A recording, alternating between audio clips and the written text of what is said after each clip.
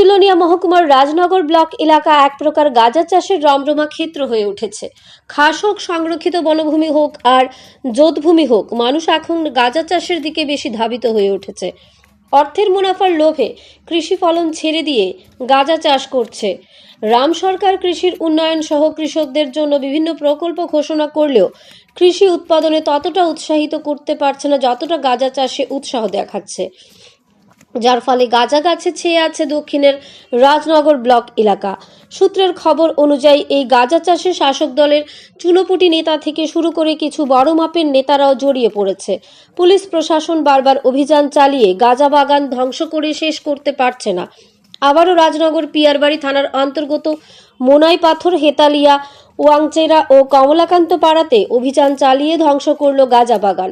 গোপন সংবাদের ভিত্তিতে রবিবার ভোর 4টে থেকে বিলোনিয়া মহকুমার পুলিশ আধিকারিক অভিজিৎ দাসের নেতৃত্বে অভিযান চালায় পুলিশ, সিআরপিএফ, অবকারী বিভাগ ও 43 নং সীমান্ত রক্ষী বাহিনী সহ বন দপ্তরের কর্মীরা।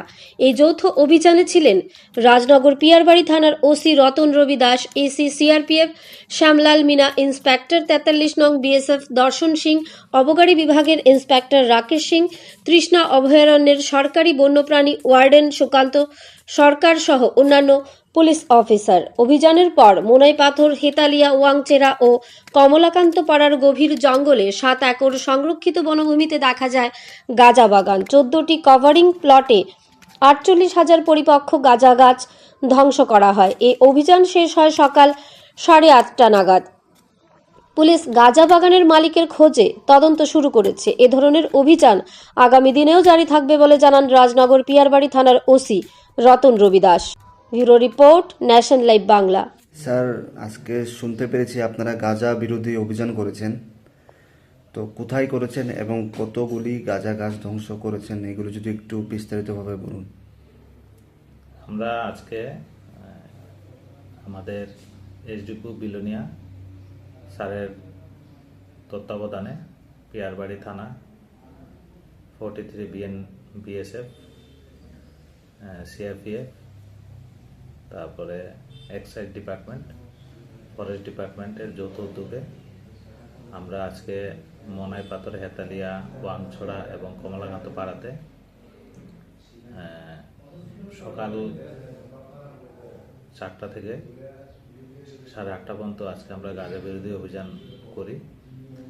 এই গাঁজা বিরোধী অভিযানে আমরা টোটাল 13টা প্লটের মধ্যে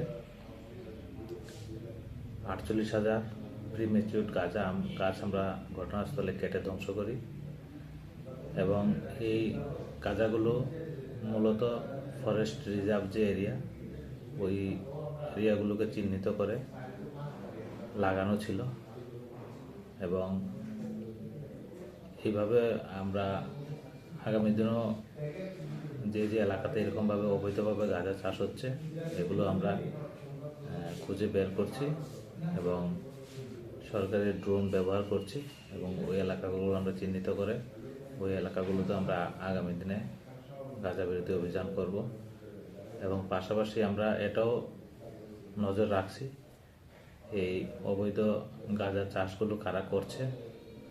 যদি আমরা সঠিক তথ্য প্রমাণ পাই, আমরা তাদের বিরুদ্ধে আইনগত ব্যবস্থা নেব।